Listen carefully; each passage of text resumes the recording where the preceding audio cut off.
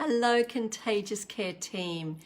Welcome today to number 24, session number 24 of Elevate Your Wellbeing Contagious Care. And a special welcome to our very new members this morning. How good was that to reach the 300 mark? And yeah, it was just lovely. Something I had no anticipation about whatsoever. And just so humbled and so grateful and so pleased that so many people are being helped by this video series. And so welcome Musha, lovely to see you, and welcome Julie. Hey, great to see you. Since we can't be in the dragon boats together, we're here together with Contagious Care. Please come on with a thumbs up or let me know you're watching. And I'm going to ask you today is to just check in the chat box with this topic, which is how not to let your past dictate your future. And we've all got a past, right? And some of it's good and some of it's not so good. How do you feel about your past? Just put in the chat box whether you feel generally good about it or generally not so good, or maybe in between, but just let me know. So I'm with you this morning. Hi, Tony, lovely to have you here. It's just great to have you here from old Tumut days. And Margaret, hi, thanks for saying hi. Put anything in the chat box so I know who I'm with. And so what this past is, how to actually deal with our past. And we have got millions of different pasts, like there's millions of different people on the earth. And you multiply that by 1 billion more with the different types of pasts we've had. So how do you feel about your past? Do you know anyone at all on this earth who doesn't wish that some things from their past just hadn't happened? Just give me a yes or a no. Do you know anyone at all who doesn't wish that some things from their past hasn't happened? Yeah. So the answer is, you know, we've all got a past, and I haven't met anybody who hasn't wished that something hadn't happened in their past. So we've all got something that we kind of regret. There's an exercise I do with my clients that helps them to explore what beliefs and unspoken rules and traditions that were there in their family of origin, and the ones that to actually discover which ones they want to keep and which ones they want to discard. And what experiences, emotions, or anything from the past do you want to break free from?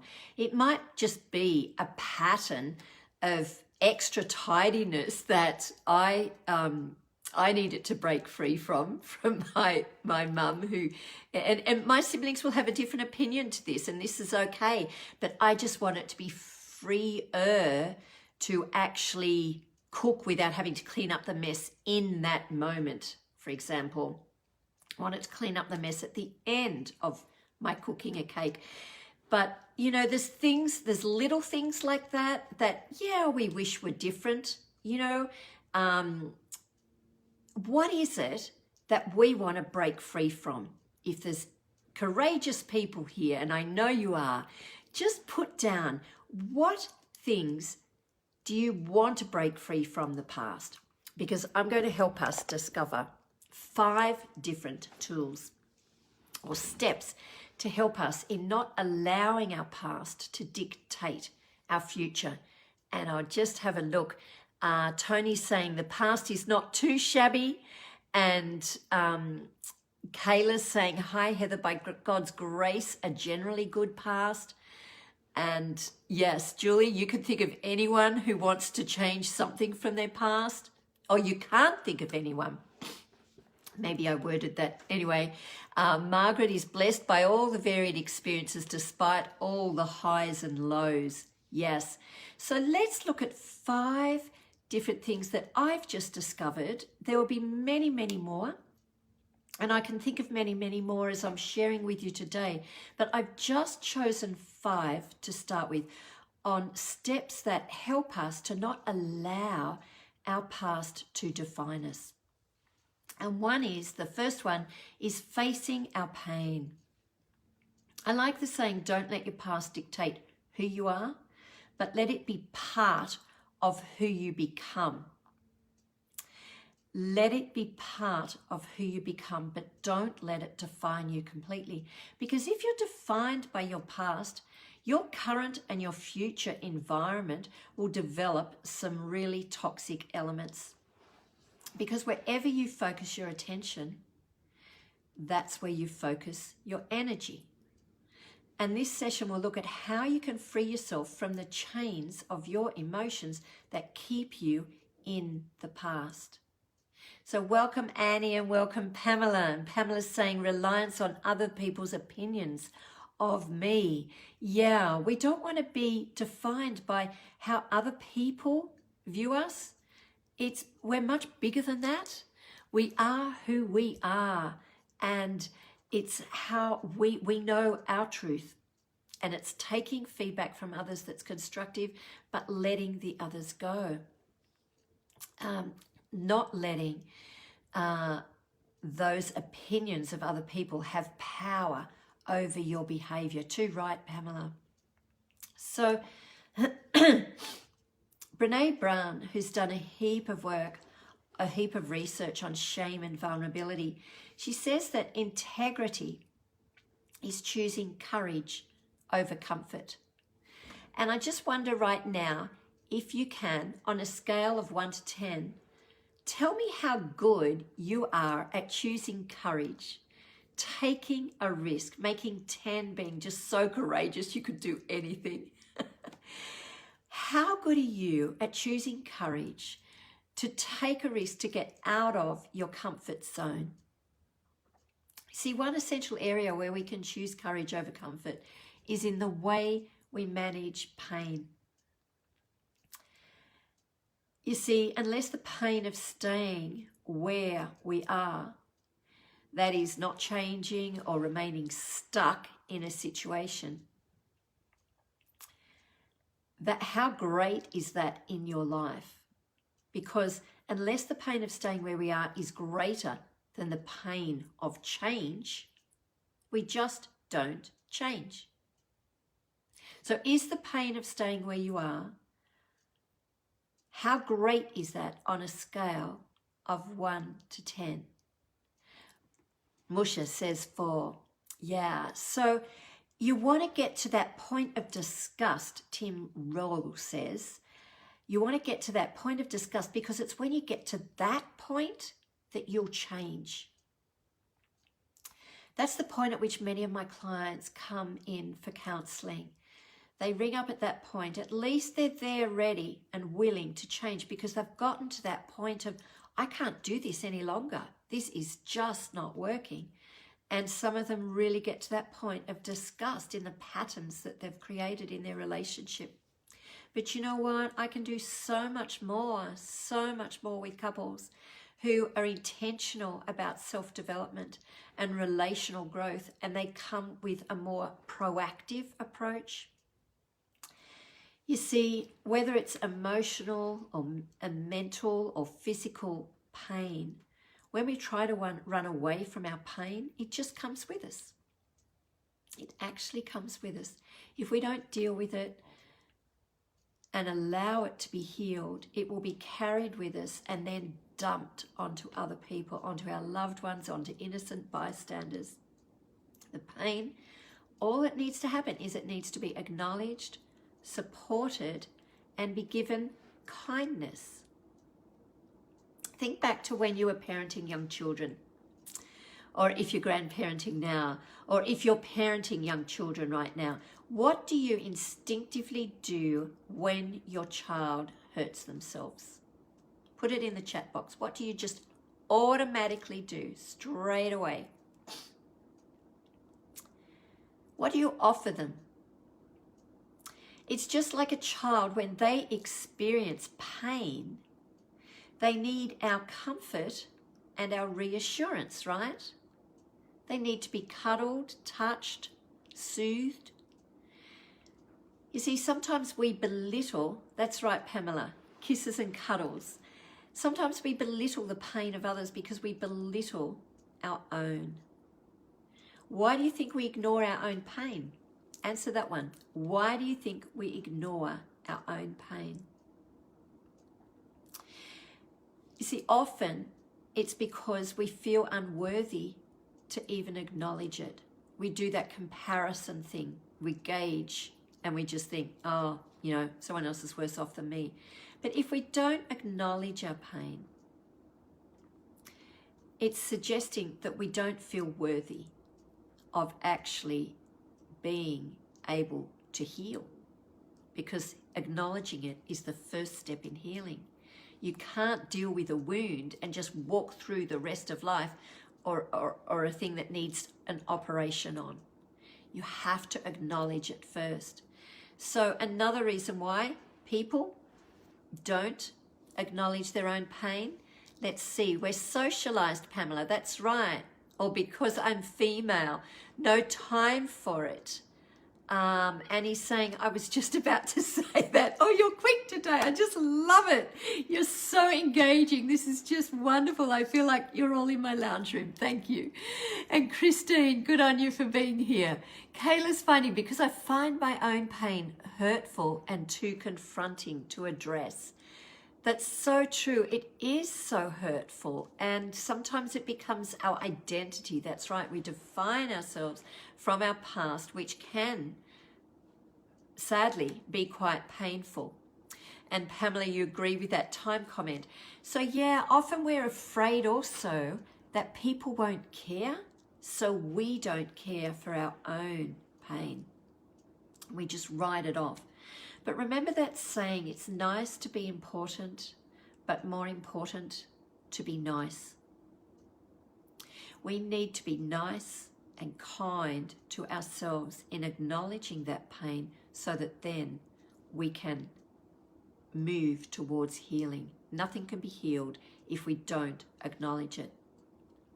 So how can we express kindness and compassion towards our own pain so we can then be an instrument of love and kindness and healing to others throughout our day? Do you think, just put your answers in the chat box, do you think that we in Australia have difficulty in acknowledging our pain, our sadness, or our sorrow? Have you noticed a gender difference there? What sayings feed our brain with it's okay not to show emotion? Just put in the chat box what your thoughts are now. And he's saying sometimes it becomes our identity. Julie's saying, I feel a bit numb to the pain. Yes, we can numb ourselves deliberately and also unconsciously because it all just seems too much. And Pamela, individual and societal, let's answer both. So, you know, there's lots of sayings. Just put them in the chat box, what you have heard that feed our brain, particularly in Australia. But, you know, for those who are listening from different countries, feel free to write what the sayings that you've noticed that just feed your brain with it's not okay to show emotion or to acknowledge your sadness. Because you see, I can remember, you know, just simple sayings like, toughen up, princess, she'll be right, mate. We're taught not to be a sook, that's right. I can remember as a parent walking down the preschool lane into shutting the gates of the preschool, walking in with my children. And I'd always notice parents, when a little boy would fall over, you know, the first response would be, you'll be right, mate. But if it was a girl, oh, they're there, and they'd be picked up and they'd be soothed and comforted. And, you know, even if it was just a tiny thing, we're still gender different with the way we relate to pain as parents in boys and girls. And we need to be really conscious of that because men have a great deal of trouble as adults then expressing their sadness, their disappointment, their pain, and they move just straight away to anger, which is so destructive. Julie's saying, being told to get on with it. That's right, just get over it. Tony's saying past reactions to displays of pain doesn't help. That's right, if it's ignored. Pamela's saying individual pain can also become self-indulgent, and that is societal. Yes, so there's that balance. It's a good point, Pamela. There's that balance between acknowledging in order to heal, but not soaking in it. There's a huge difference between just acknowledging it to move through it and heal from the wounds. Just like I said with the operation, you need to acknowledge what is wrong with inside you, with your organs, in order to be able to get it treated. And in the same way, we need to do that with our emotional and mental pain, but not to be absorbed in it. It's so true. And this is the key here on how to not let our past dictate our future, by not getting absorbed, but just acknowledging it first of all, facing it. So being resilient begins with acknowledging that yes, on the horse of life, our horse is going to stumble, but we can learn wise lessons through the process of falling off. And yes, we can hop back on the horse again. So number one, face our pain. The second step in not allowing your past to dictate your future is to learn from it. What wisdom have you gained from that past?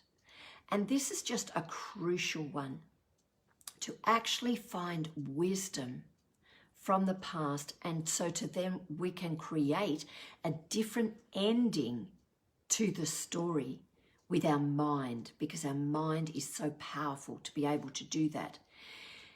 You see, we can find a treasure through that dark period, and even retrospectively, if it's our past childhood, we can find treasures in that dark period by choosing what have we gained, what wisdom have we learnt from that period. See, we each have within us unrealized capacities that sometimes only emerge through adversity or crisis. If you're with me, exactly 10 years ago, I was every day for 6 weeks undergoing radiation treatment, where my breast and my chest was being burnt to get rid of any remaining breast cancer after 2 operations and 4 months of the harshest form of chemo. Was that fun? Nope. But I realized early on, thanks to my faith in God, who I learnt to trust every step of the way, that there was a much bigger perspective than just me in this. See, he loved me as he loves us all, and I just held on to that love. It's that sense of evolving with the journey of pain and letting us grow in it and through it. Our pain from the past can have the potential to enlighten us, to actually grow us in some way. For some, it gives us a second chance to view the world in a totally different perspective, or to view ourselves from a totally different perspective. We can see our life and our purpose from a different lens. I learned so much through that time that I wrote a book called Treasures in the Darkness, the different booklet of treasures in the darkness, and maybe that might be next Tuesday's topic. But what the key is here, what meaning is there in this for me? What is the higher purpose in this for me? What have been my major lessons from that past? What has been my single greatest learning? Jot any of those answers down now. Single greatest learnings, without mentioning the past, but single greatest learning. What was your wisdom that you now have inside your heart and soul that you have gained from that troubled past? Pop it in the chat box if you're able. so it can help others.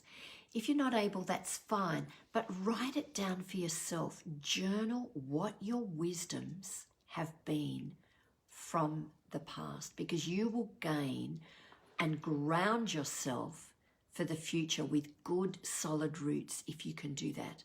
And those good roots of wisdoms will bear much fruit. And he's saying acceptance, self-acceptance, and acceptance of others. Thank you, Annie. It's so important what we can gain from the past. So we can turn our problems into possibilities if we look for the wisdom. The third one is finding our strengths. I'm just going to answer these first. Kayla's saying self-compassion, but still very much a work in progress. We all are, Kayla. And Pamela's saying, agree with Annie, acceptance. Christine's saying, you've gained greater empathy for others. That's right. We can all gain greater empathy through the painful experiences we've had, because that empathy enables us tremendous understanding of others, being able to quickly hop into their shoes when we've been there ourselves. And we can then give courage to others. We can encourage others within that empathy to actually move them, move their heart to be inspired and work towards more courage. So we're a team with each other in this. So the third point, the third step in enabling us to not let our past dictate our future is to find our own strengths. It's a bit similar to wisdom, but it's different. Whatever pain we've experienced in the past, whether it's ongoing trauma from the past, whether it's a severe car accident or being crushed in a relationship or life-threatening chronic illness or deep loss of a loved one, whatever the pain has been, we're likely to discover our innermost weakness. And although that's really confronting, equally so, we're able to discover and be on the lookout for our innermost strengths. Do we draw upon the strengths or the weaknesses? That is the question. Do I let the pain from my past elevate me to make me a better person? Or do I let the pain destroy me and give up? It's about finding what's already inside us. Sometimes we need outside help to dig deep and discover new aspects of ourselves, to take the opportunity to do the work inside ourselves. And then we're often able to notice the opportunities from the outside that come our way. They come towards us then when we've done the work inside, when we've actually grown ourselves up. So remember, your problems will always be there somewhere in your brain, but it's what we train the brain to focus on that counts. We can have it back in the background of our brain as just that quiet, like we just don't even notice it. I find it helpful to focus on who I am rather than who I'm not. And that way we can make mindset and behavioral shifts a reality in our lives if we turn our problems into possibilities. Have you noticed that our pain or specific problems in any part of your life have been turned into growing edges for you as you look back? Just think about that for a moment. What growing edges have you experienced? William saying acknowledging, acceptance and letting it go. Yeah. Margaret saying resilience by trusting God-given strength within you. That's right. Just knowing what your resources are, who your resources are, and knowing to turn to that resource, turning to God when you have that relationship with Him. And letting it go, as William said, is so, so important. And that's where we come to the fourth step in not allowing our pain to dictate our past. You know, I have this saying, and it's from a man that I learnt from who I was working with. he actually achieved this amazing goal of being able to work on his milestones rather than the tombstone, we called it. Work on your milestones rather than the tombstone. Now, this is a beautiful story of a man who sadly was abused in his childhood, shocking abuse, and then later in his adult life, when he started working on this, he travelled a lot on the Hume Highway, Sydney to Melbourne. So, and you can imagine all the trucks on that road, on the highway constantly. And sadly, the name of his abuser was the same name of a multinational company on the truck, on a very common truck that he would always see in his area of work as he was travelling himself. And it was a constant reminder, a constant reminder. But he decided, with his wisdom, to use that memory, that constant reminder, as a milestone. You remember the milestone posts? You young ones won't remember because they've all been removed, or most of them. But travelling from Sydney to Melbourne, you'd see, okay, 565 miles that you have gone. And so you know how far you've gone in order to get there, okay? You knew how far you'd travelled, and you'd keep seeing these milestone posts. So the milestone brings us closer to our goal. It helps us look how far we've come. And he chose, every time he saw that name of his old abuser from his childhood, he saw it as a milestone. Look how far I've come from that woundedness in the work that I've done. Rather than seeing it as a tombstone, think of a tombstone. What does that symbolize for you? A tombstone. To me, it's a fixed, permanent reminder. You go to the grave, you see the tombstone, it's a fixed, permanent reminder. It encloses death and decay. It's a visible symbol of a past event. It is past. And he put it in the past. Whenever he was reminded, he chose to say, look how far I've come from that dark time. So that's the fourth step. Using the milestones, seeing the milestones in your life and focusing on them rather than focusing on the tombstone.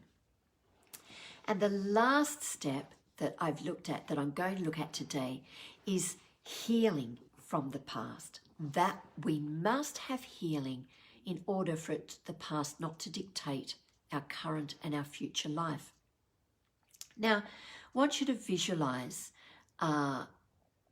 the fact that we only go back to the past for two reasons: to learn from it and to heal from it.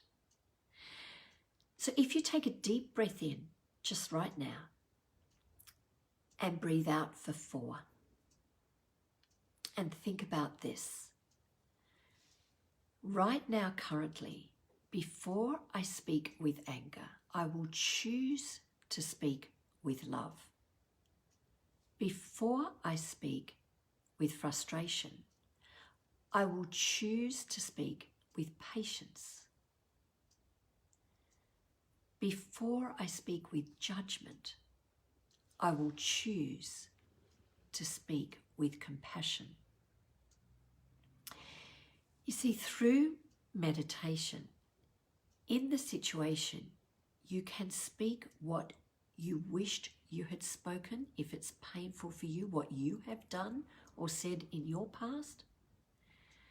And you can now give yourself a gratitude message or a quiet message of forgiveness. It might be self-forgiveness, or it might need to be forgiveness of the other. But the element here is your past mistakes are not your future mistakes. Your past mistakes are there just for you to learn from. Say, I am not my past mistakes. Say, I am not my past. I am healing every day. I am growing through this every day. So to sum up, for me, our past means different things for all of us. But for me, the painful or the dark places are simply opportunities to trust, for me, to put my trust in God, because He knows the way. And it's the perfect time to hold on tight to Him. What have the dark places for you taught you in life? That's what it's reminded me. What have the dark places taught you? Just pop that in the chat box just before we finish. We're going to finish up in just 1 minute. So how have you grown through the dark places? You might just say it in 1 or 2 words or a phrase. If you're in a dark place right now, what do you need from yourself? And what do you need from others? Is there a learning, a growth point, or indeed an opportunity just waiting to be unfolded? And so between now and next session, I'll put on the website, our Contagious Care Facebook page, a 2-day program that I really delve into the depth of all of this. And I've called it Freedom Through Forgiveness. It used to be called The Power of Apology, and I've just modified the program a bit, but we look at all the different languages of apology, how we can free ourselves from our past by working on the healing aspects, and we dive deep into this over 2 days. I've just touched the surface here, but it's so important, the power of forgiveness in our lives. And Julie said just that, that's what you've learned in order to let go of the past. It is an essential ingredient. I'd say it is the most important ingredient for healing. So I'll pop that in our Facebook page where I'll be running the next workshop on that and the dates. But until next time, know that you are much loved, more than you'll ever know, and that you have the power in yourself to choose healing. And next session is my wonderful husband. I'm really excited about him popping up on this video series, and he is going to be speaking on how to trust in relationships and how can I gain trust. So we look forward to that. If you've got some value from this, keep putting things in the comment section as we finish, and let me know your further thoughts from what we've just looked at this morning. So William's saying, not allowing my fear to control me. Thank you, William. Thank you for putting in what your wisdoms have been, because this can just accelerate our learning big time. And he's saying, thank you, Heather, for today's session. And Margaret's saying, without any doubt, forgiveness. Too right. So yeah, why would have I designed a 2-day program on forgiveness if it wasn't important? And I learnt the power of that through a beautiful story I'll tell you later on. So until next time, be brave, be life-giving, and let your light shine.